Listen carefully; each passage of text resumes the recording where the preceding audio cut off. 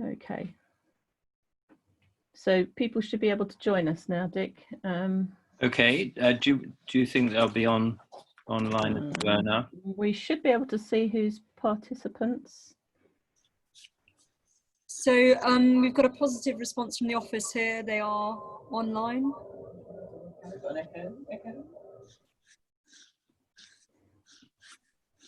Yes, we can see you, says Natalie.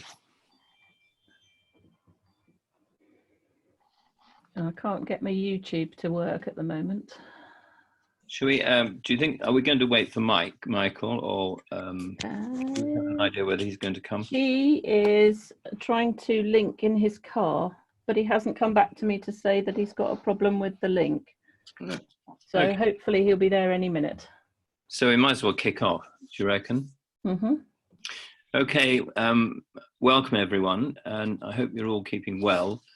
This is the first of a series of webinars that we're holding during the pandemic, and we're going to explore a range of issues which are important at this time. And tonight, as you know, it's going to be looking at management of the sentinel nodes.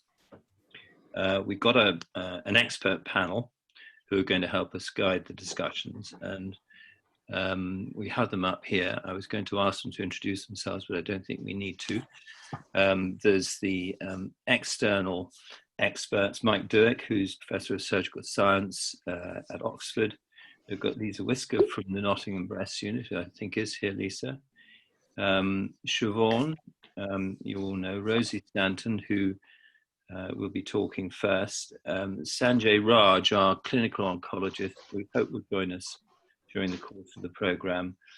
And Nadia Yurakat is our breast radiologist, who's going to be talking at the end. So as I said, we're going to be exploring a range of options, and we're going to stick to a format. We've got 3 presentations of 5 minutes each, and it's important that people keep to time. Once we've had the presentation, we're going to ask the panel to comment on the content of the presentation, and we'll throw open the discussion to anyone in the audience who wants to bring up some points. And then after the presentations, we're going to have a case presentation which really illustrates some of the issues that have been raised in each of the presentations with some treatment options. And then we're going to ask you to vote what the best option as far as you're concerned is in this time of COVID. So that's just a very brief description of what we're going to do. And I think we should kick off with firstly by asking Rosie Stanton. I did actually have a title for her, Applying Z11 Advantages and Limits, but she's now changed it to Messing Around in the Axilla. So Rosie, over to you. There we are. So, okay, so we are talking about breast surgery and COVID, and I think personally one of the great things about COVID is that it has made us do what possibly we should have already been doing, and the axilla is been around the edge of Z11 for about 10 years now, scared to dip our toe in the water. And I'm going to do a little run through the evidence for why I think we should feel more confident about it, and see what we think about that. So, breast surgery started off the end of the 18th century with Halsted doing his radical mastectomies. These were incredibly morbid operations. He had a 40% 5-year survival, which was twice that of untreated women, but with that came ubiquitous lymphedema, chronic pain, a useless arm with limited movement, and wounds which healed by secondary intention, often with horrid infection. This was the standard of care for almost 70 years until Bernie Fisher did the most amazing trial where he randomized people from this enormous radical mastectomy to much smaller surgery.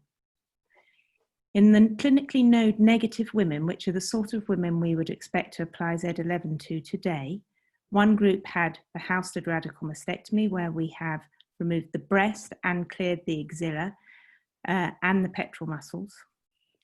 The simple mastectomy was the second arm with no auxiliary surgery until and unless the patient became node positive clinically, symptomatically.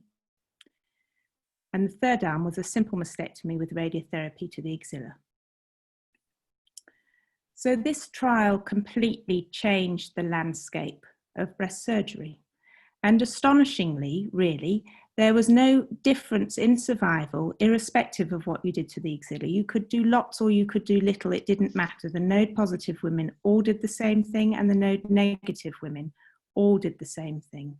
And I think this result is something we should find very reassuring when we worry about what we are doing to the axilla. Because ultimately what we are talking about is potential differences in local recurrence and not survival. So when they did this different stuff in the axilla, the best option was radiotherapy, actually, with a 5% incidence of local recurrence. And this is 25-year data. Radical mastectomy, 9% local recurrence, and the mastectomy only 13%. So that meant there wasn't really much difference between doing nothing to the axilla and getting a 13% local recurrence and a radical mastectomy where you clear it and get a 9% local recurrence. So interestingly, we knew that not all residual disease will become clinically evident.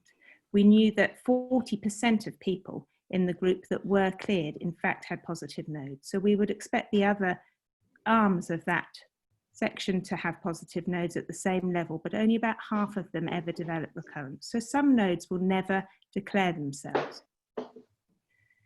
Following that, interestingly, the standard of care became clearance for everybody, whether they're clinically node positive or negative. And the Canadians looked at 20,000 women with stage 0 to 3 breast cancer treated with clearance and standard adjuvant treatment. And the auxiliary recurrence rate was 1% at 5 years. So that's very good, and we all felt very comfortable about that. It's an early event, by the way. It's about 2 years you get the recurrence. We know that systemic adjuvant treatment reduces local recurrence. So NSABP14 showed that tamoxifen reduced local recurrence rates from 14.7% to 4.3%. B14 in ER negative women, chemotherapy reduced local recurrence from 13.4% to 2.6%. So these are huge changes that are systemic treatment, not clearing, not radiotherapy. BP31 trastuzumab arm had a 40% reduction in local recurrence compared with chemotherapy alone. Veronese obviously did his sentinel node trials. And actually, I think these are worth looking at.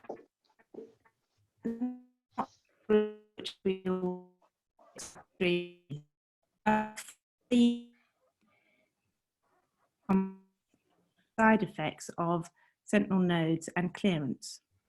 And if you look here on the right, you'll see that in auxiliary dissection group, there are basically lots of numbers. There are lots of problems compared to the sentinel node group, and that's predictable. But how did he define pain? Well, it's post-operative axillary pain as continuous pain lasting 50% of the day. And this was going on for 6 months and 24 months. This is an enormous morbidity we are causing patients. And I really personally feel we have to justify doing that with some positive outcomes for the patient. We all know about the lymphedema, arm mobility. Arm mobility is very serious. It affects whether you can pick up your child and cuddle them, whether you can go to work, whether you can lift things, or give these things the importance they merit as surgeons. So we know from Amoros, obviously, that lymphedema rates twice as high with surgery rather than radiotherapy. So Z11 came along, and it's applied to clinically node-negative patients with a cancer less than 5 centimeters.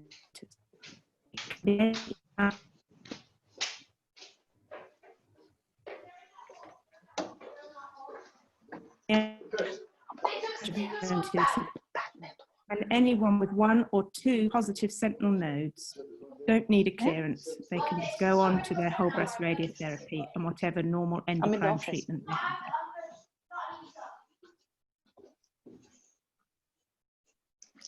So we know really a difference in survival in this group, because we knew that from 04 in the 70s, and we haven't seen a difference in survival. What is interesting is that of the 1,000, almost 1,000 women, there was 1 recurrence in the axilla at 5 years. And that's despite 27% of the women in the clearance arm having further positive nodes. So it isn't the surgery that is stopping these women presenting with symptomatic axillary involvement. And of course, the sentinel node group had far less lymphedema, far fewer wound infections, far fewer seromas, and less nerve pain. We've talked in the UK a lot about the impact of radiation, whether this was all the radiation. If you look at the radiation detail, which people have in detail in huge numbers of papers, about 20% had prohibitive axillary radiation, but that was spread across both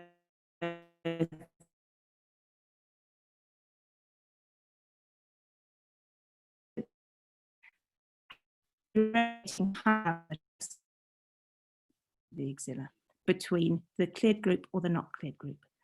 We also know that whatever tangents you use in the axilla, it's a fairly crap and patchy and unpredictable dose. So this is really a trial of crap radiotherapy.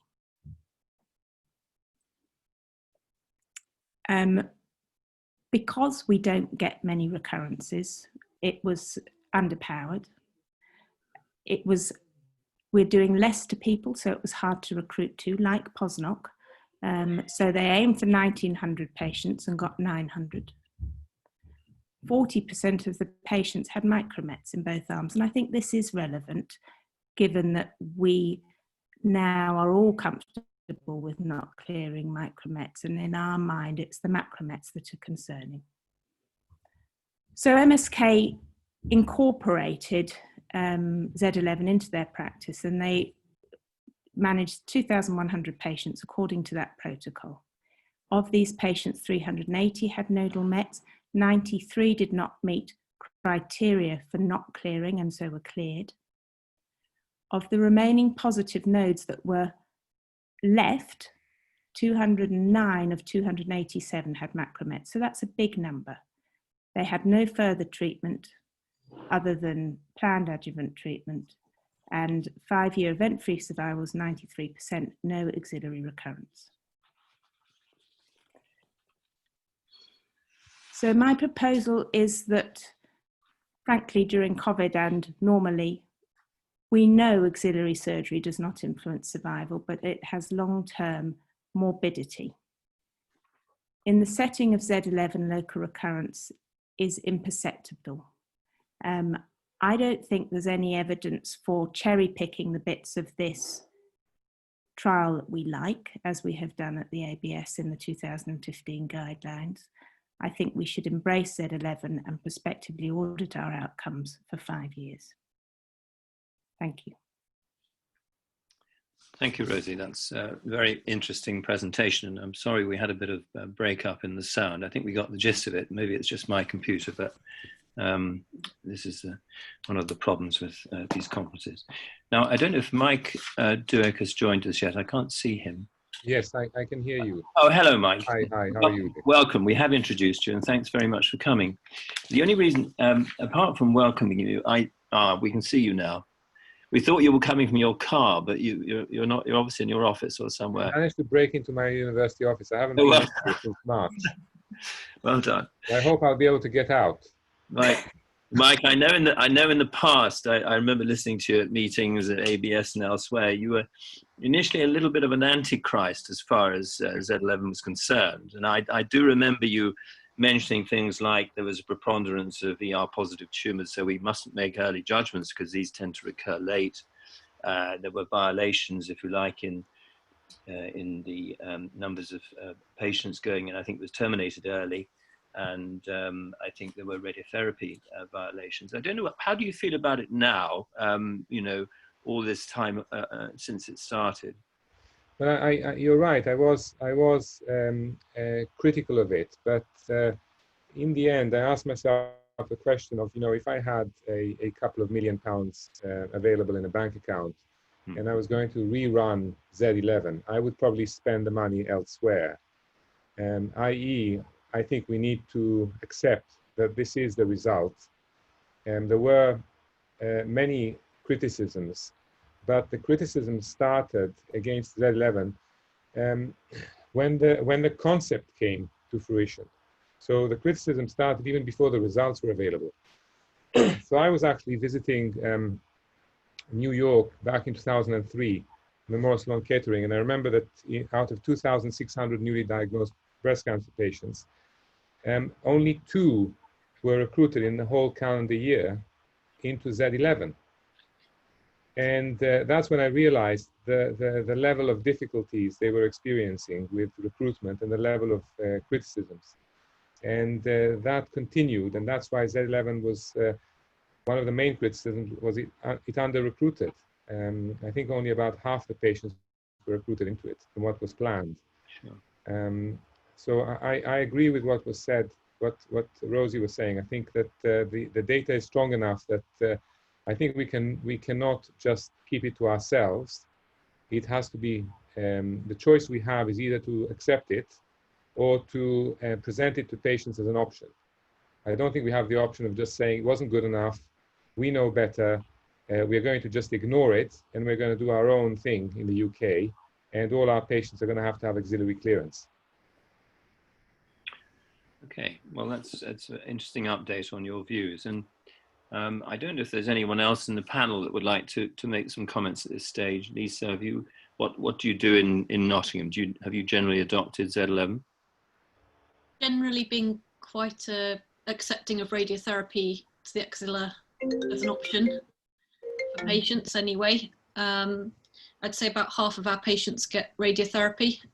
There's a small group that, in view of the oncology trials available, such as the recommendation is for a clearance to give them that option of additional oncological agents in trials, but we are generally quite accepting of offering radiotherapy. Sure. I don't know whether Sanjay is with us. Sanjay, are you here? Yeah, I'm here, yeah. Yeah, are there any issues in this time of COVID with regard to the time taken to do the fields in the axilla? Does it elongate the treatment in any way? No, I mean, essentially, if you adopt the Z11, it's just a high tangential field. So radiotherapy-wise, you will get mostly level 1 and majority level 2 nodes in those high tangential fields. I suppose a slight disquiet in the radiotherapy community is that, this is purely a practical thing, is that we've got other trials like the MA20 that are saying for macro disease, you should be doing the IMC irradiation for positive benefits. So on the one hand, for obviously the ladies that just have 1 node, you're probably fairly comfortable. The ladies that you're having 2 positive lymph nodes, you think you might possibly be under-treating them slightly, but, you know, Z11 has stood up for, you know, its time, and it hasn't, they haven't reported undue recurrences. Sure. In fact, the recurrence rate is so low, that's part of the thing about the trials. They can't, you know, with all these studies, your recurrence rate is so low, you're not going to necessarily tease that out. I think certainly in the first 5 year. We saw that in Rosie's presentations going back to Bernie Fisher and BO4, and it's very interesting to see how it's all come down. Thanks to you guys, actually. Humiliating the surgeons. Now, so is there anyone else on the panel like to make a comment at this stage? We're going to have just a case now to get you to exercise your thought processes to see how you would manage this particular case at this time. But if there's no one who'd like to chip in at this stage, perhaps we could go ahead with that. Is Nadia presenting this? Or is Siobhan? Siobhan now. Siobhan, Kate, the first case, Siobhan, I think. I don't know if she's disappeared. Siobhan, can you hang on? I'm not muted. No. Siobhan, can you hear us? I don't think we can hear you, Siobhan. Siobhan, you might be muted. Ah, here she is. She's back. Sorry, I can't do both. No. Natalia was going to present the first case. I'm driving the slides. Okay, Natalia, can you present this first case? I can. So the first case we'd like you to think about is a 38-year-old female diagnosed with a symptomatic 25mm, grade 2 invasive lobular carcinoma, estrogen receptor positive, so ER8, PR8, HER2 negative, clinically node negative, with an indeterminate axillary ultrasound scan, and she's had an axillary core biopsy, which has shown benign only.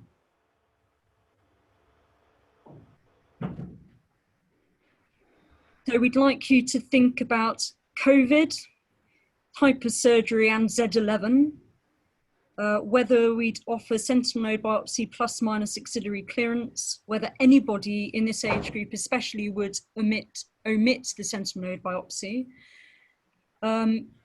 whether we'd give her auxiliary radiotherapy and the indications for this.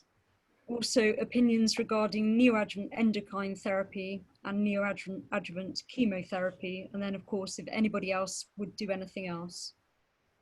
Before we actually have that vote, Nadia, can we just ask a question about this patient? I think she's got a 25mm tumor and it's an invasive lobular carcinoma. What size breast has she got? So this one was meant to be a 34C. So it's a medium-sized breast with a reasonably bulky tumor. And whereabouts in the breast was it? So this one we didn't actually know, but I suppose it would be the upper outer quadrant for argument's sake. I only ask because this may have quite a big impact on the breast volume if you're going to do wide excision. Okay. So we've got these options here that have been put down. Surgery a la Z11, surgery then axillary node dissection or clearance, depending on what level you go to. If there are macrometastases, omit sentinel node biopsy altogether. Axillary radiotherapy, that's presumably axillary radiotherapy instead of surgery outside Z11. Neoadjuvant endocrine therapy, neoadjuvant chemotherapy, or other. So can we ask the hosts, first of all, to vote on this? Can people manage to vote? Can you see the case there? You can't vote. You can't vote? No, okay. We can see it.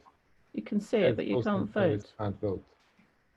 Okay, well, look, while we're sorting that out, maybe we can just ask the panelists first, which would be their preferred option of this. Let's start with Michael. Mike, what would you do in this COVID? The first thing I would have done is I would not, I guess I am a little bit biased, but I contributed to the ABS January MDT meeting on sentinel node, and I made the argument that I think we should not be doing ultrasound to the axilla. Or if we do it, we should make sure that our radiologists realize that carrying out unnecessary biopsies in the axilla cause harm to patients. And that is because ultrasound of the axilla is specific, but it's not sensitive. Sentinel node biopsy, unfortunately, is the best way to stage the patient. So I would have made sure that this patient did not have a biopsy to the axilla. And then decisions should be made based on the sentinel node result. And yes, I would, if they meet Z11 criteria, I would tell the patient, you meet Z11 criteria, you can opt not to have an axillary clearance. Okay. And in this time of pressure within the NHS in terms of theatre time, would you be tempted to give a course of neoadjuvant endocrine treatment to this lady to shrink the tumour down, maybe get a better cosmetic result at the end of the day? Are you asking me? Yeah. I think that now I wouldn't, But when patients were in isolation, if they were in forced isolation, if they were shielding, then yes, I would. Sure. But I think that this all happened so quickly in the UK that we have been on our toes trying to make very fast decisions. Now I would treat the patient as per usual and would not start them on primary endocrine. And are you virtually back to normal in terms Yes. of treatment? Yeah, including radiotherapy and everything else. Yes. Sure. Okay. And I'm a little bit biased in that, as you know, I until November I used to visit China 5 times a year. Yes. I spent Have you a had lot your of time. antibody test? I spent a lot. Well, I've probably had COVID-19, 18, 17, 16. I've had all of them. I was very ill last year, probably with COVID-18. But you know, I've seen near normal cancer services in China throughout COVID, and I've seen near normal services in Italy, primarily because patients are treated within cancer institutes, unlike the UK. Yeah. And we have had huge changes in the way we manage patients. Sure. And we have had to, because we are co-located with other services. But I think the bigger question for me is how we rearrange our services in future so we don't end up in the same situation that we ended up this time, where we had such a high mortality due to COVID, and at the same time we had to change the way we managed cancer patients. Lisa, maybe could I ask you, Nottingham, obviously you're doing a lot of oncoplastic work. In terms of what Mike has described, how he would approach this case, would you be in large agreement with that? And if so, would you also think about an oncoplastic procedure? Yes, I think for us, we would think about oncoplastic for her. We're trying to maximize our breast conservation with oncoplastic techniques to avoid reconstruction as much as possible. In the evidence of emergency admissions with reconstruction, and our elective surgery we're able to keep in a COVID low risk zone, in a off-site in the private sector, whereas emergency admissions are still through the general hospital. That's an interesting thought, because people talk about things never being the same again after this pandemic. So maybe things in relation to breast reconstruction will never be the same again, because we're beginning to realize how useful breast conservation is with oncoplastics. Have you got figures to show that? I suppose because you don't do much in the way of implant reconstruction nowadays, do you? No, our implant reconstructions have gone down considerably since the days of eyebrow. Yeah. But I haven't got exact figures to hand, no. But we would probably offer her a chest wall flap in the upper outer quadrant as a day case procedure. Okay, thank you very much. Any other comments from the panel, Siobhan or Nadia, or? Not from me, but there is a second part to the question, and we only see your answers when you've done the second part of the question. So, okay. Are we going to see the second part of the question? Can you see the question up on screen? Yes, I can. Yeah. So the second part of the question is, the sentinel node showed macromets with extracapsular spread. What should we do now? What would be recommended now? And we're assuming that appropriate systemic therapy has been decided by the MDT. So the options are axillary node dissection, radiotherapy to the axilla, apply Z11 as planned, which I think is probably much the same as radiotherapy to the axilla, or anything else. So I also put an oncotype option in there because there is some, Sanjay perhaps would talk to this, some evidence that oncotype recurrence score will affect local recurrence rates. Sanjay, do you want to comment on that?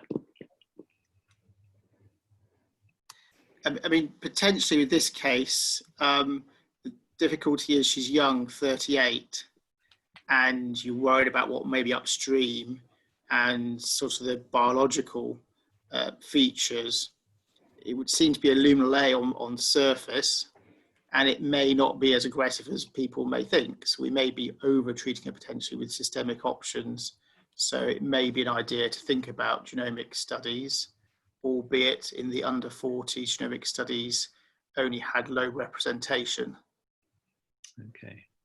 I think we shouldn't forget this is a lobular carcinoma as well, and sentinel node data is perhaps not as predictive as for ductal carcinoma. In other words, there's probably a higher chance of upstream disease. Would you agree with that, Sanjay? Yes, I think that's what, and there weren't, they didn't define, I don't think, in the study, extracapsular spread as, they said if there was more than 3 nodes or matted to then they'd be excluded from the original Z11. Okay. So unless anyone else wants to make a comment, can we ask the audience now, or the participants, to vote on question 1 and question 2 for Can I make a quick comment? Yes, sorry, of course, Mike. I think it's sometimes forgotten that that AMAROS was a much larger trial. First of all, that it had over 4,000 patients randomized compared to Z11 with only about 900, and most importantly, that the kind of patients that were recruited into both studies were very similar, and of course the 2 studies were concurrent, so they both recruited around the same time. In fact, one could argue that one of the reasons why Z11 didn't recruit is because patients were being recruited into AMAROS. Why is that important? Because the elephant in the room is that the AMAROS trial didn't have a no treatment arm. So yes, you could interpret that radiotherapy is better than surgery. I think that's a slight misinterpretation, because the true interpretation is that AMAROS isn't the right study to answer the question. We already know from Z11 that no treatment is feasible to the axilla, and so what we want to know is that how radiotherapy and surgery compared to no treatment, and AMAROS doesn't give us that answer. Good point. Thank you very much. So, should we return to the voting now? Sorry, I've just closed the poll. Sorry. Right. Yes. Okay. There's a few things on chat here. I don't think there's anything from the participants I need to bring up. So, can you go ahead and place your vote or mark your box? You can mark more than one box if you want to. I think, Siobhan, Oh, sorry, here you go. I can share the results, I think. All right, good. So it looks like Z11 is out in front. You've sold it, Rosie. Rosie sold that. Yes. And Macromet. Finally. Finally. Okay. But I think take 3 years. Right, now moving on from that to 2 out of 2 macrometastasis with extracapsular spread. We've got out in front axillary node dissection, and then close, same result, radiotherapy to the axilla or apply Z11 as planned. So those come a close second. So that's interesting. Thank you very much. Should we move on, mindful of time, to the next presentation? And Siobhan is going to talk about the use of OSNA. I know OSNA is a sort of minority activity in this country. I'm not quite sure how many units have got it. I think probably around about, is it 20%, Siobhan? Or maybe... Yes, I think there's a few of us now, but... it's slowly building up. So her title is Repurposing OSNA in the Z11 pandemic era. Yes, so I'll be as brief as I can. So a lot of people have said they don't use OSNA because we don't need to do any axillary dissection anymore. But what the OSNA allows us to do is analyse the whole node, not just a selection of the node. We can make an intraoperative decision and avoid a second operation if required.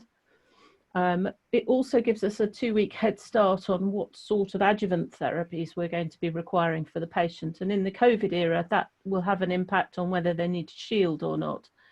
And actually, my experience is the patients are very, they like to know as early as possible what the next step is likely to be. It's been approved by NICE.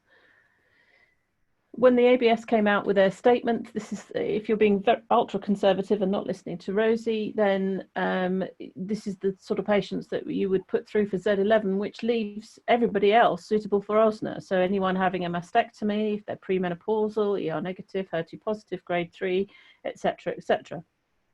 So you can use it for the patients that you're not using or not going into Z11 who are clinically and radiologically node negative.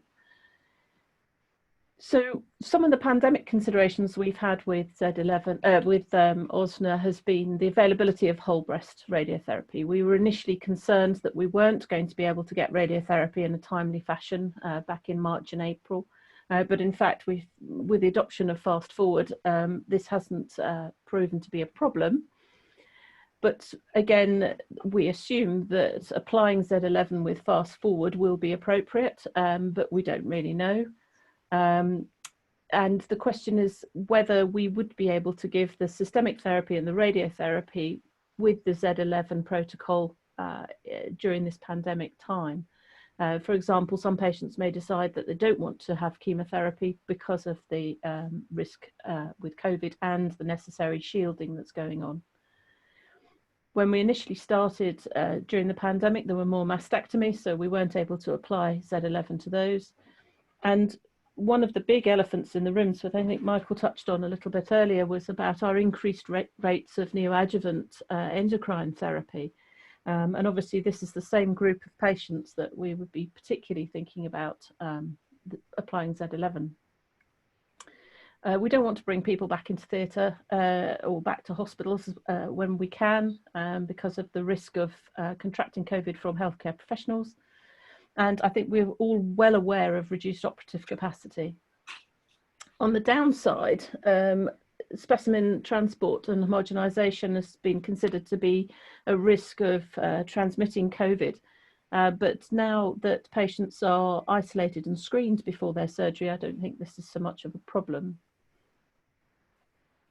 But you can also use OSNA to help you apply Z11.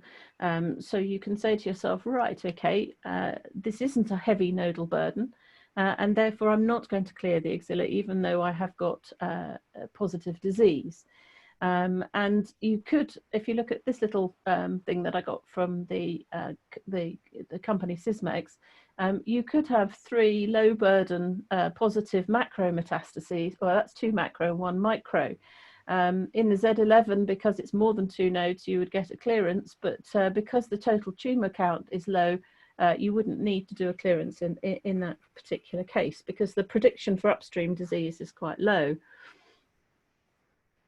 But if you've got 1 node that's very highly positive, then the prediction for upstream disease might make you consider a clearance at that time.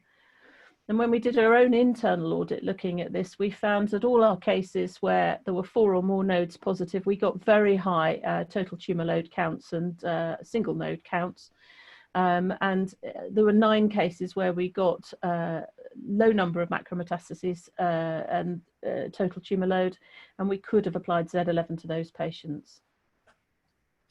And this is just the algorithm for and to give you an idea, the bottom line is you've got the score at the top, and then the probability here is the probability of upstream metastases, but this would include micro as well as macro metastases upstream.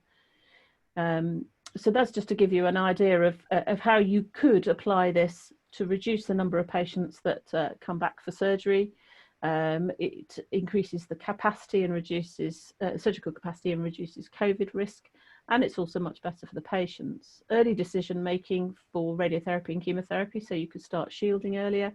It can supplement rather than replacing Z11, and it potentially reduces the need for auxiliary radiotherapy as well, if that's an option for you. Operative time can be an issue with OSNA. It takes about 45 minutes to do 1 node on the old equipment, but the new equipment coming through can do it in about 20 minutes if you've got the funds. And that's all I wanted to say on that bit. Any questions? Siobhan, just a practical question. I mean, it's nice to hear that it's coming through more quickly. I can remember days when one waited an hour or even longer if you had 2 or 3 nodes to send. Have there been any cases in the country of lab staff getting infected using this? Well, interestingly, I talked to Guildford about this, and their technicians refused to do OSNA because of the homogenisation, and they've not been doing it at all during the pandemic, whereas our team routinely do their homogenization within a hood, protective hood. So they felt they were able to carry on. And there was some guidance from the Royal College of Pathologists that said they shouldn't be doing homogenization if they could avoid it. I did have a look at that interesting algorithm that you circulated for the meeting, and it's sort of something we should have been using all along, because it's so sensible. I mean, were these figures based on tumours that had been pre-treated with neoadjuvant treatment, or no, the naive population? So the nomogram came from the OSNA users group across Europe. We submitted data to it, as well as a number of units in the UK, and the algorithm was derived. These are all patients who are treatment naive. Right. Okay.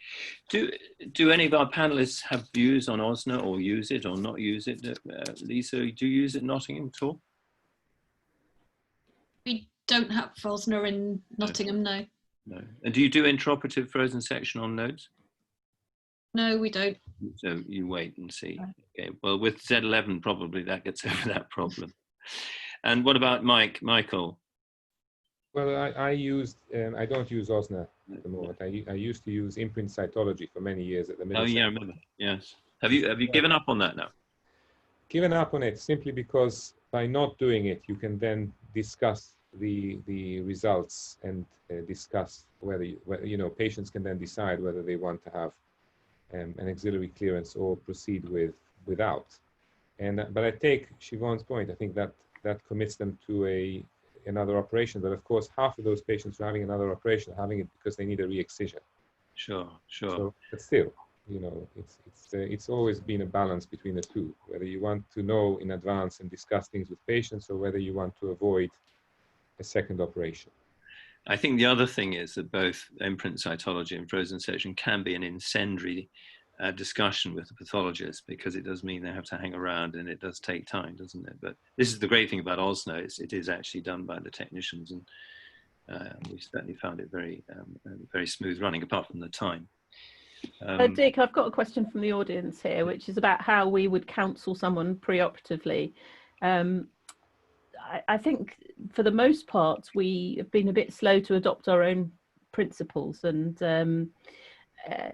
I think things are sort of moving a little bit forward with Rosie being on board and being a champion for Z11. But when I talk to patients about sentinel node biopsy and then proceeding to an axillary clearance, I do talk to them about the increased rates of lymphedema and discomfort and restricted movements. And I think at that point, if they start looking very uptight and upset, then you can add in the discussion about whether there are degrees of risk, and at what level would you consider the risk worth taking for doing further surgery. It has been quite fun talking to patients about Z11 over the last few weeks, because it is quite a complicated discussion to have after a cancer diagnosis, and we are trying to develop some patient material, particularly online, which Natalia has been doing with me, to help them in that decision making, because I feel that's a real gap in the discussion we have with the patients at the moment. We don't give them that choice of whether we're going to proceed earlier on in the discussion. Sanjay, can I just ask you, are you worried about the fact that you lose the evidence of extranodal spread if you're using OSNA? Do you think that matters in terms of treatment decisions? I don't think you purely base treatment decisions on extranodal spread per se. I think you base it on the number of, anything you lose with the Z11 is you don't have the sort of, it goes back to you either node positive or node negative influence your treatment algorithms, as opposed to saying you're 4 nodes positive, you're 2 nodes positive. But we know that what we're moving towards is the tumor biology dictating what driving the systemic treatment, rather than just the number of lymph nodes. No. And Rosie, I mean, you're a great advocate of Z11, as Siobhan has said. You've driven it, you've driven us on quite rightly. And What do you think about using OSNA to direct axillary dissection in the Z11 context? I mean, if you've got a very high total copy count number, would you be happy to go ahead and counsel the patient with an axillary? To quote Douglas Macmillan, I think that OSNA may be the spawn of the devil.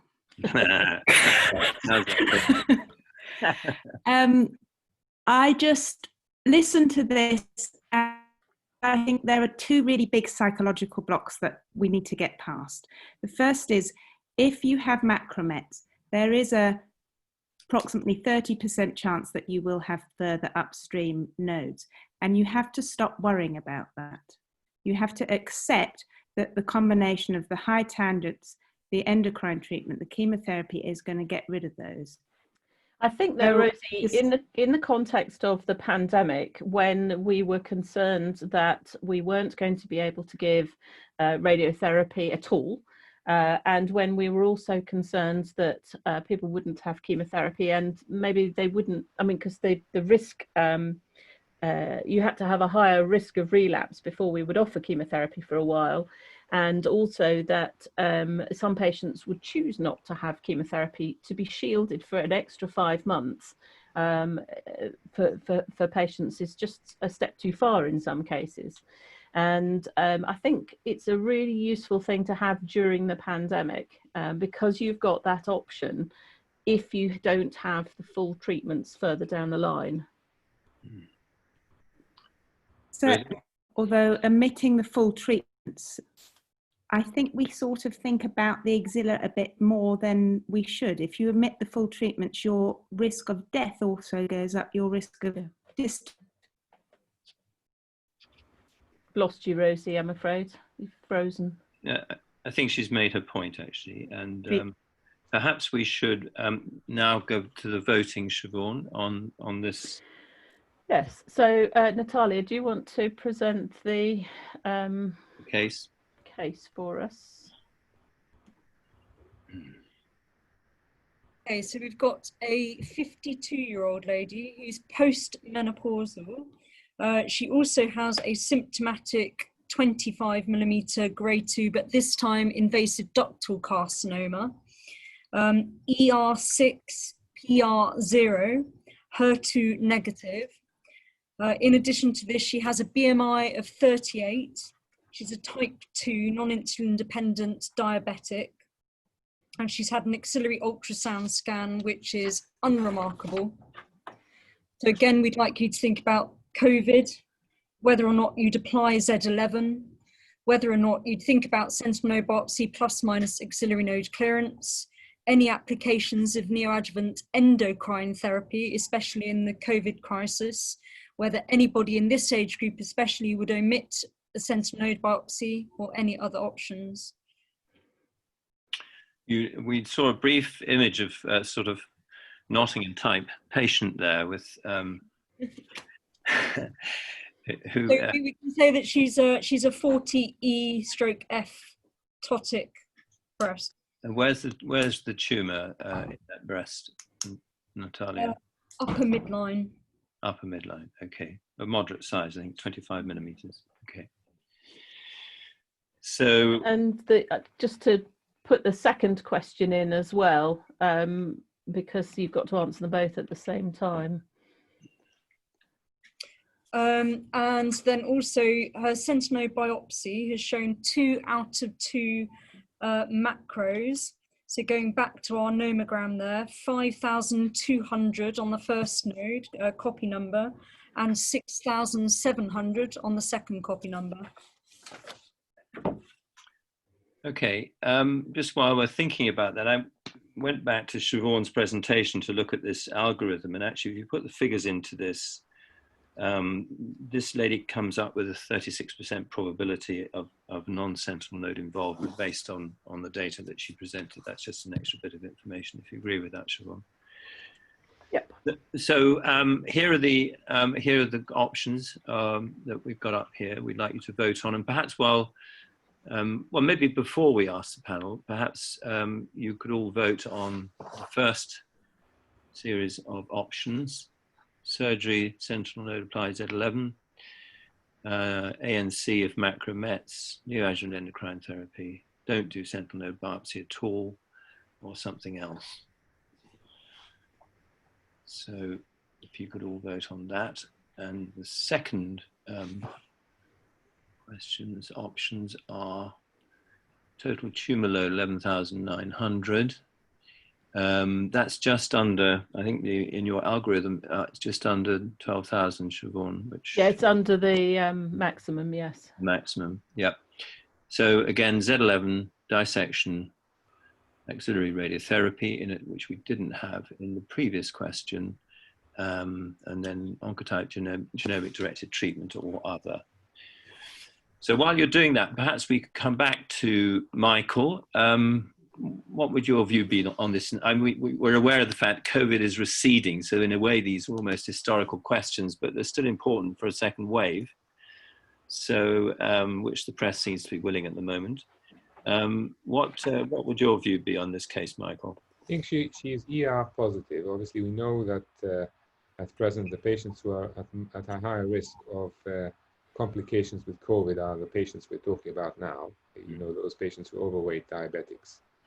I mean, one option would be to delay treatment with primary endocrine for a while, and then to operate. But I would be keen to proceed with an operation as soon as it's feasible. Yeah. And depending on where one works, it makes a huge difference. If you're operating in a COVID-free hospital, you're taking FFP3 or 2 precautions, and the patients are all isolated for 14 days, tested, and all the staff are tested, then the chance of catching COVID are higher in their own home than it is coming into the hospital. And I think now we understand it better. I think we need to take that into account. So I'm more inclined to operate rather than starting patients on primary endocrine treatment now. Yeah. And in the Z11 vein of treatment? Well, you know, there was that data published in the Annals of Surgical Oncology in around 2016, I think, about 2 millimeter extracapsular spread. Over 2 millimeters, it doesn't matter so much. Under 2 millimeters, it doesn't matter so much. Over 2 millimeters, it does. And of course, Z11 excluded extracapsular spread completely. Yes. So if the patient has extracapsular spread, I would advise auxiliary clearance. And right now, if the patient said to you, look, I don't want to have breast conservation, I want a mastectomy and a reconstruction, what would your my heart would sink. what would your discussion be? That's the difficulty, isn't it? Because yes, I like Siobhan's approach and your approach of trying to expedite, minimize exposure to the hospital and expedite treatment rather than trying to escalate it to a degree where we start putting patients like this at risk of having major surgery, complications, staying in hospital for a long time. You know, I would be very cautious about getting these patients through by just offering them mastectomy and auxiliary clearance. Interesting listening to Julie Doughty the other day from Glasgow, where I think they've carried on doing reconstructions and even implant reconstructions, but I think they work in, like you do, in a COVID-3 environment. When ABS came up with that advice of not offering reconstruction, we came up with our own through BASO, suggesting that we should favor implant reconstruction and we should continue to offer implant reconstruction to patients immediately rather than delaying it and bringing patients twice. In other words, operating on them now without a reconstruction in preparation for the second wave and bringing them in then to have their second phase reconstruction. I mean, I think it's bonkers. It's obvious that for all of us who carry out reconstruction, it's obvious that a one-step operation is the preferred approach when feasible.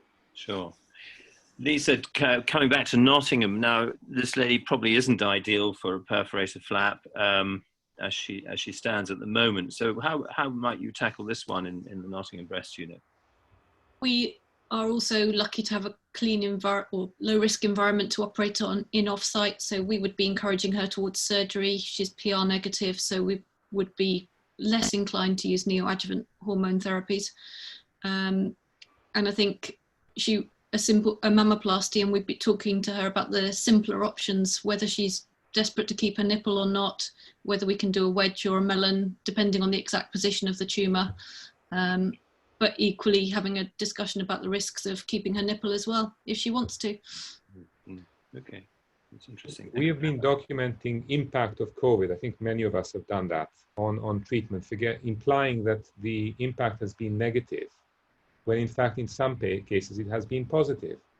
What I think we should be doing is taking a pause and just taking it all in and trying to question some of the things we've been doing. Sure. During COVID, we've been doing the exact reverse. Patients have been offered primary endocrine treatment, whereas before COVID, very few patients were getting primary endocrine treatment.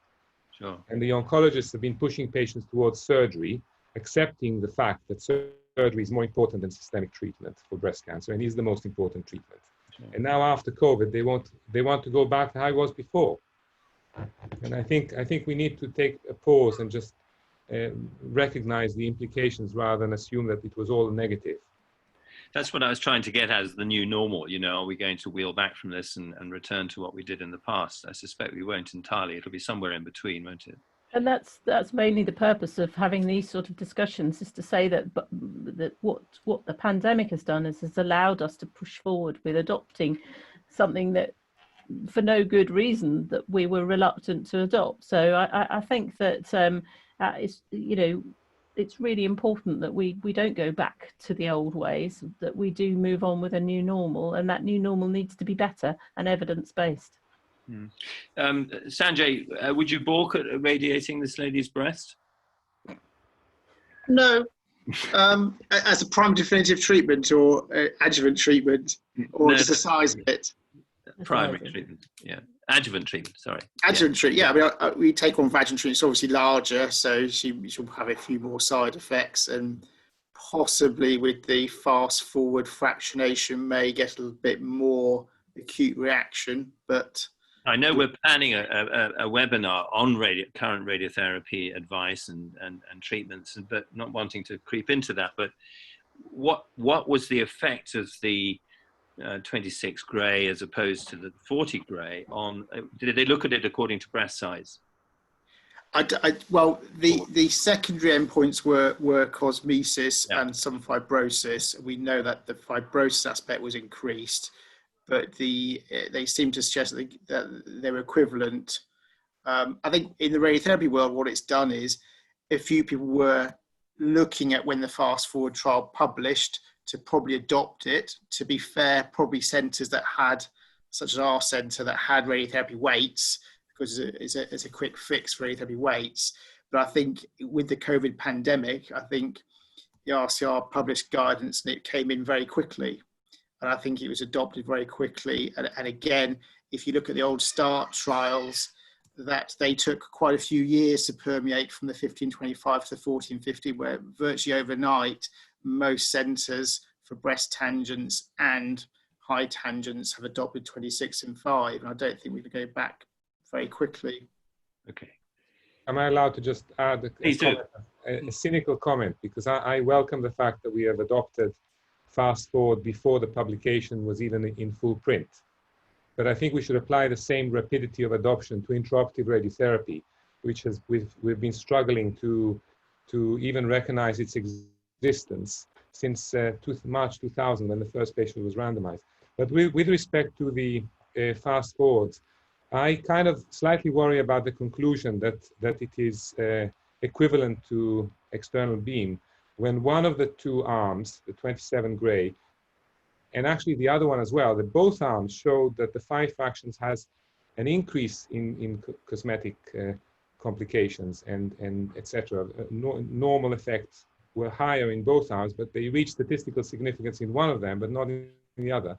And we're just accepting that 5 fractions is as good as and no different to external beam. And I think we should just be very cautious and be advising patients that possibly the cosmetic outcome is worse with 5 fractions, but given the situation with COVID, it makes sense to come into hospital for 5 fractions rather than for 15.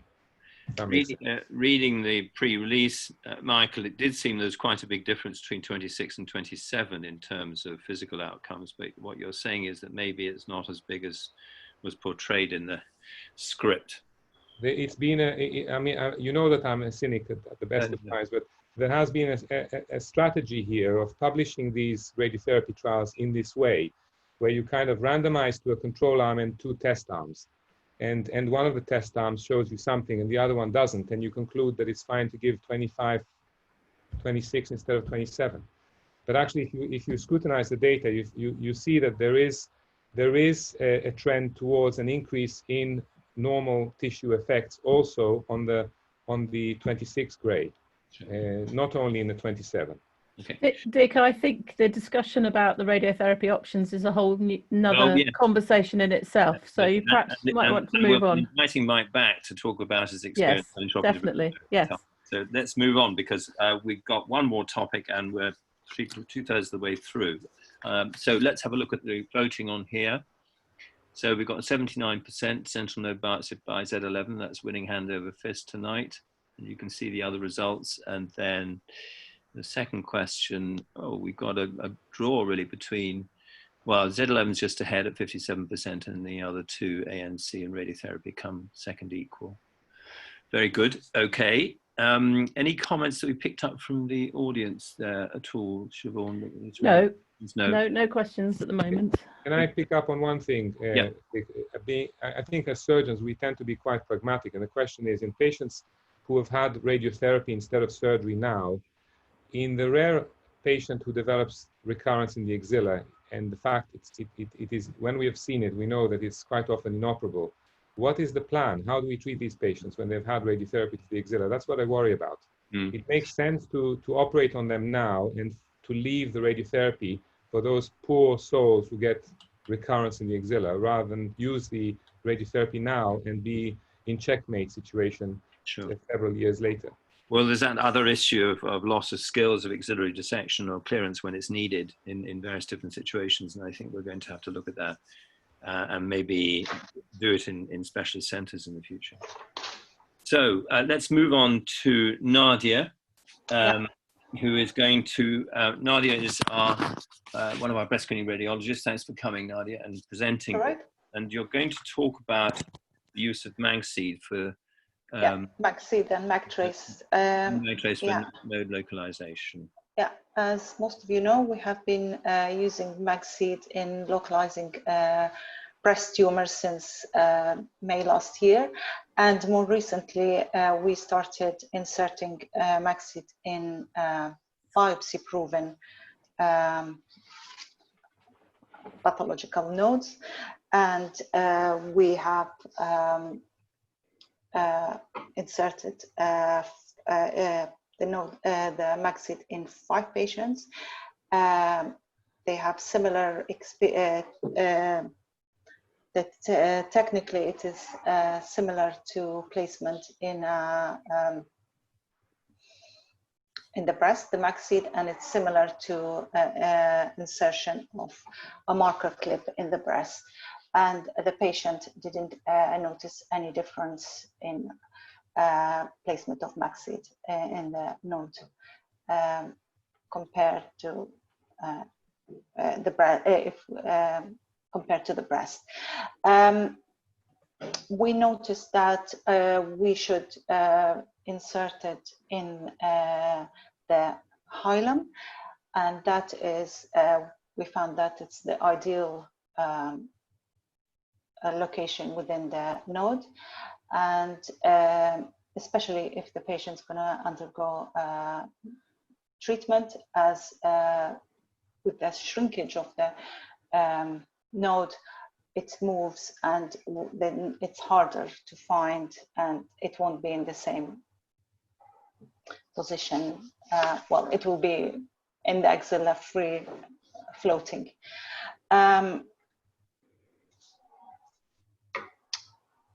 We have, as I said, we have inserted 5 MagSeed in histologically proven nodes, 3 patients prior to treatment, and 2 prior to surgery. Since the pandemic, we have not done, well, we have only done 1. That's because of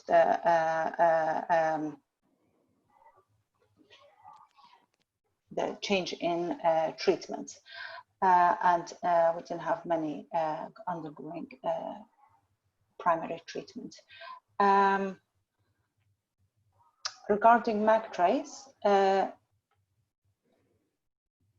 I've said that. Yes, Regarding yes, mattress and so yes, that's in the lymph node, and you can see the in the center of the abnormal node, the seed in there. That's your video. And yes, and that's the video.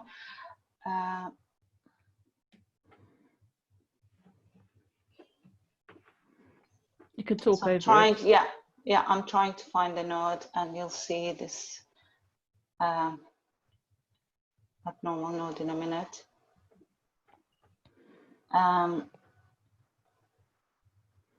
And this is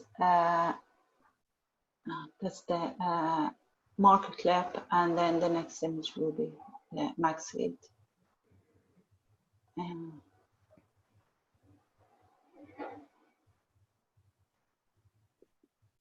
I'm pointing to the marker, and you'll see in a minute the max seed.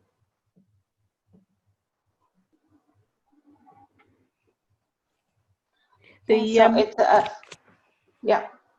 Carry on. I was going to say that the license has changed recently, so we are able to leave these clips in for much longer periods of time. Yes, we can leave it longer than a month, and that's why it's worked well for patients before starting neoadjuvant. This lady, I think she had neoadjuvant, and she had a clip there, and then we put the max seed. Sorry, it's a bit all over the place. That's what happens when you're doing a real life situation. In real life situation, exactly. Okay. And yeah, the patient was fine with the procedure. She didn't find it different than when she had the marker inserted.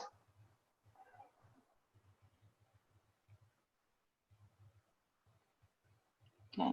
Do you want me to move it on a bit? Yes, please. Maybe a bit more.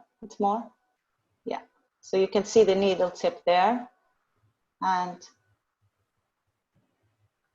it's going in, and that's the seed within the node. It's keeping the node still, that's the issue here. Yeah, it's moving all over. Trying to keep a steady hand. Is this in the lower axilla, Nadia? Yeah. But we didn't find any difference, even if it's higher up, as long as it's reasonably accessible, not many vessels around. Okay, and there's a mammogram, as you saw before. Yes. Of the final result. And there is a seed in the tumor in the breast.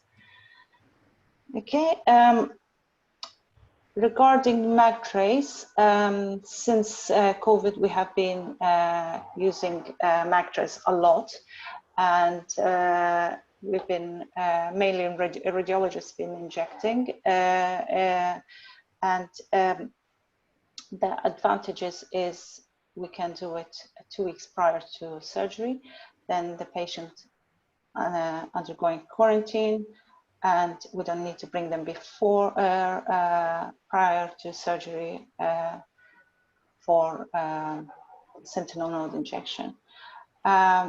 We noticed that the company advised that we should do it subareolar and subcutaneous, in the subareolar area subcutaneously, and massage vigorously. We have, because we've been doing it quite 2 weeks before the surgery, so we didn't need to massage it as well. We didn't need to do any rubbing or anything. We noticed that if we inject deeper, that it's less discomfort for the patient, and there is less staining from the MAG trace.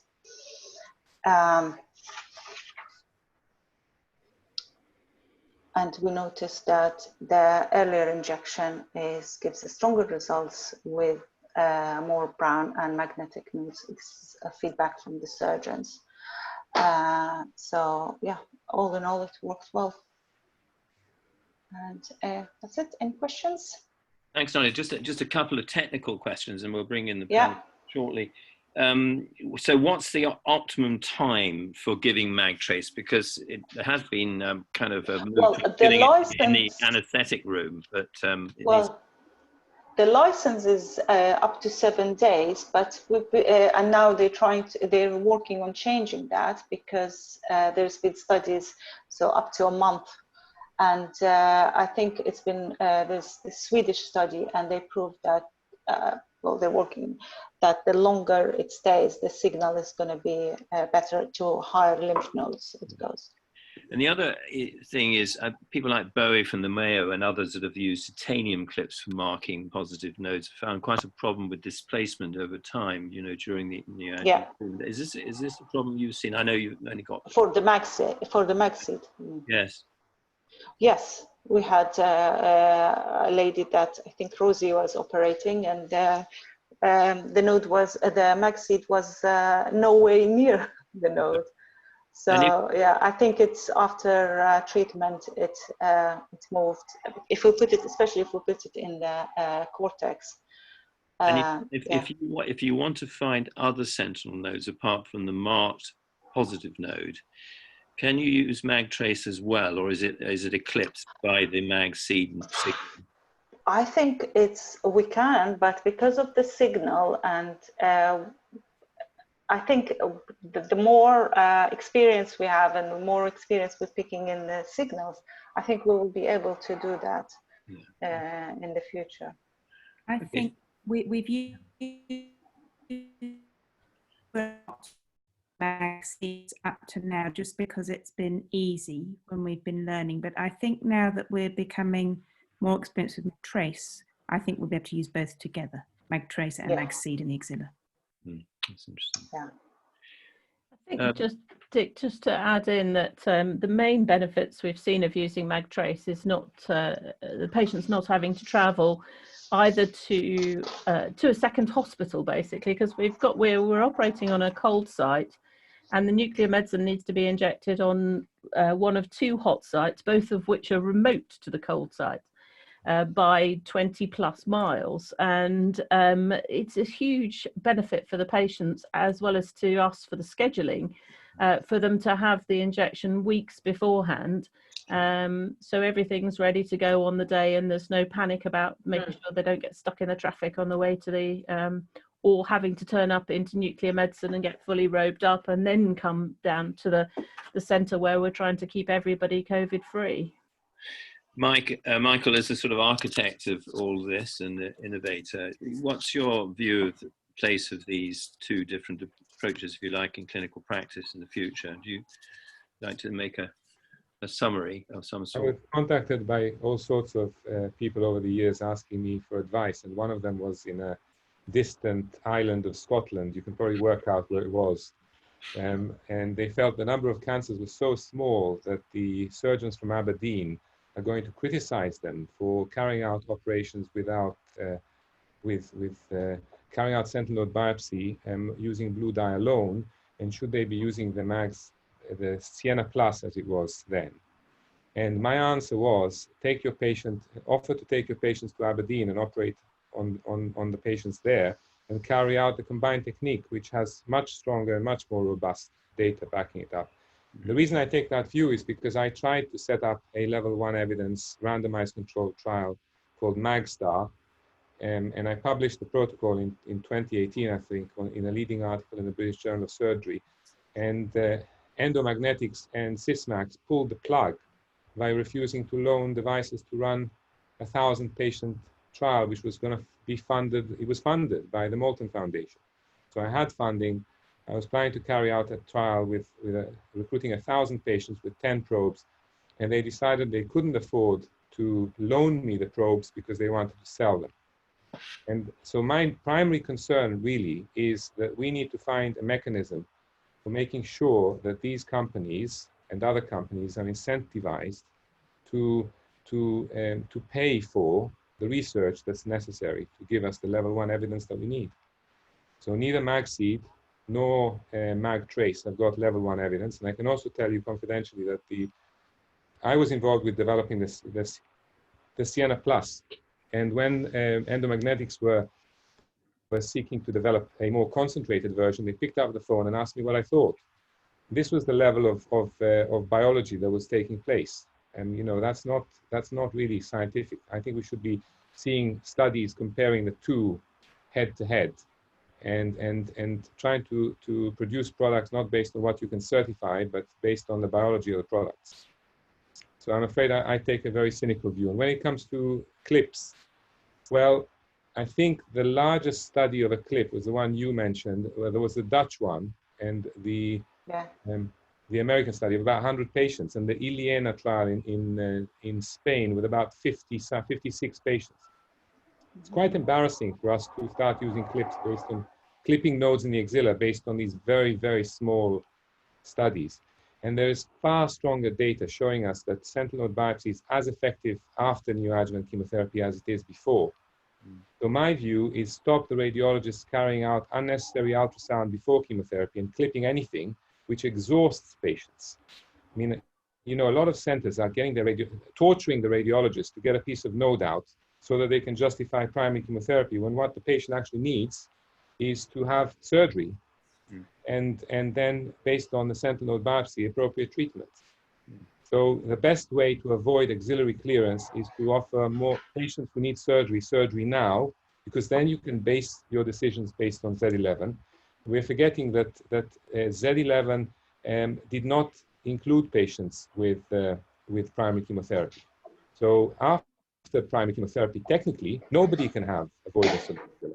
Yeah, I mean, I think if you look at the practicalities, Mike, I think a lot of people are going to be taking up MagTrace just because it's so much easier for the patient, as Siobhan has said. And it's very difficult to turn the oil tanker as it moves in one direction or another.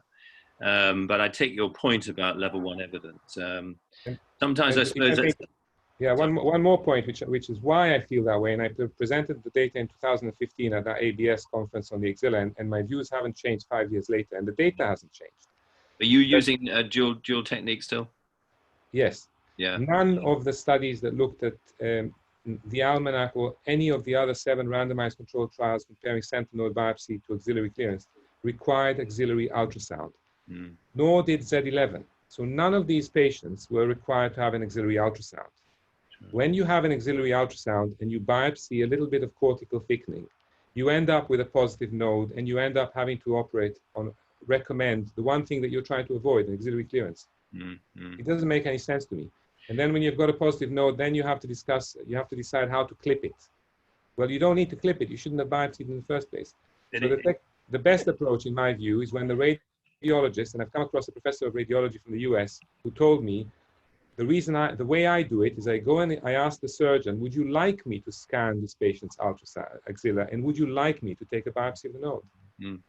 Just taking that further and looking at Giuliano's original paper on sentinel node biopsy, I think he just used blue dye alone. And it's very interesting to hear that in an ABS webinar I was listening to, that a lot of people have moved on to that in COVID because of the problems in arranging.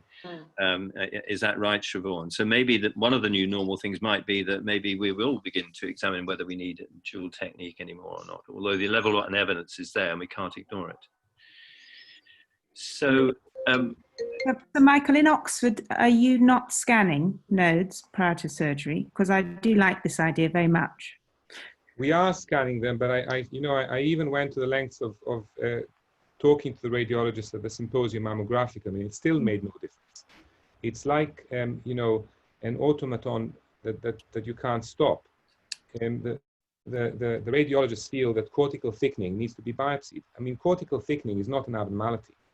Cortical thickening is related to involvement. The thicker the node, the more likely they are to be involved. But it doesn't need to be biopsied unless the nodes are abnormal. It just needs to be left alone. And then we can carry out a sentinel node biopsy, which is the best way to serve the patient. If they can prove that biopsy of the node is going to avoid sentinel node biopsy, we will all be in favor of stopping sentinel node biopsy. But they can't, because sentinel node biopsy is more effective. So I keep saying the same thing, and the radiologists, unfortunately, are being told by their Royal College that they should be biopsying anything that is thick, cortical thickening. Well, and we as surgeons assume that cortical thickening is an abnormality when it isn't. And cortical thickness is variable in different centers, so there is a threshold for, so it's not uniform across all centers. Again, the worst example I've come across is a radiologist who told me I couldn't see the node to measure the thickening, so I stuck a needle into it, and then caused harm by diagnosing a positive node because the patient then required an auxiliary clearance. Right, Lisa, just to move to Nottingham, perhaps to finish with, I know that Douglas is fond of kits and new gear and things. What do you use for sentinel node biopsy? Have you used MagTrace or MagSeed at all? We have trialed MagTrace in the past. We're not using MagSeed or MagTrace currently. So we're using, at the moment, because we're operating not at our usual site, we are using just blue dye only for nodes. How are you finding that? For me, I'm not finding it a problem. Do notice the training, I think, is training to do a sample doesn't happen anymore. People follow the isotope, I feel. And so it's a good opportunity for training, actually. I think that's a really good point, because maybe because it's so well established now, maybe a new trial should be run just looking at blue dye versus the dual technique with experienced operators to see if there's a significant difference in pickup. Well, we're forgetting that methylene blue is the commonest way of carrying out sentinel. I mean, in China, until 18 months ago, I was carrying out sentinel biopsy with methylene blue. Yeah, no, I've heard that. Can I just make a couple of comments about the MagTrace? Because the reason we started getting interested in it was twofold. One was the remote location of our nuclear medicine from our operative site, and the second one was a series of patients with significant anaphylaxis to the blue dye. One was a 50-year-old that I was quite close to doing cardiac massage on before she went to ITU for 3 days. So there's not an insignificant morbidity associated with the blue dye, and also the anxiety that goes with traveling backwards and forwards for the nuclear medicine. But what we have done is when we started using MagTrace, we've kept a prospective database, and I think if you can't get a trial up and running, it's got to be the next best thing, but it's not the same. Okay, Siobhan. Well, look, we're nearly 7 o'clock, and I think perhaps it's a lovely evening. I'm sure we'd love to go out and have something in the garden if we've got one. And I'd just like to thank all the guests and all the panel for attending this webinar. I've certainly learned a lot myself, and I think it's shown us that we are moving away from the old normal to the new normal. And I think that's what the program is going to focus on in the future. And I don't know if you'd like to say a word about that, Siobhan, in winding up as to what we're kind of planning over the next few months. So we'd like to hear people's feedback, and that's the link, and the link will come out up at the end when we stop broadcasting. But the plan at the moment is to talk about the radiotherapy that we're adopting during the pandemic, and also particularly, as Michael has said, the radiotherapy we haven't adopted during the pandemic, which we should be. We'd also like to talk about neoadjuvant endocrine therapy and the value of predicting response to neoadjuvant endocrine therapy with genomics, for example, such as Oncotype. I think that would be really useful in that a lot of units have used a lot of neoadjuvant endocrine, and we're just not particularly what's the right word, experienced in looking after patients with that. And there's a couple of other things that we'd like to talk about, if people would like to comment on it. I mean, one of which a little bee in the bonnet for Rosie and myself, which is preserving the nipple. We think there are too many nipples being removed. And we would also like to talk about extreme oncoplastics. So using oncoplastic procedures where you perhaps would have done a mastectomy in the past, and to talk through some of the indications for that and some of the evidence for its oncological safety. So if people would like to comment on some of the things they'd like to see, that would be really helpful for us. Okay, so thank you again, all of you, for coming and your contributions, and we look forward to seeing you again in a few weeks' time, Siobhan. Yes. Yeah. I haven't got a date yet. I will circulate it. Thank you very much, everyone. Thank you very much. Thank you. Bye. Bye-bye. Bye-bye. Bye.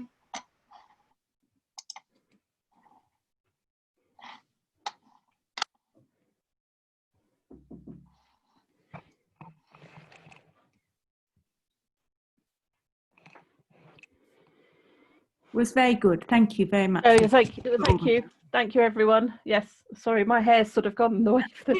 Well done, Miss Laura. No, thank you very much, everyone. Thank you, Lisa. I hope that's been helpful for you, and perhaps we'll drag you back for another one when I can get my head around it. Yeah. That's okay with you. Thank you for giving up your time. That's all right. Brilliant. Bye. I've got to click everybody to go now. Bye-bye.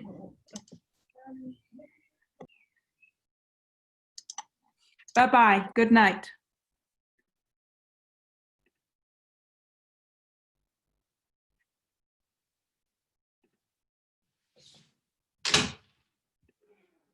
Hello.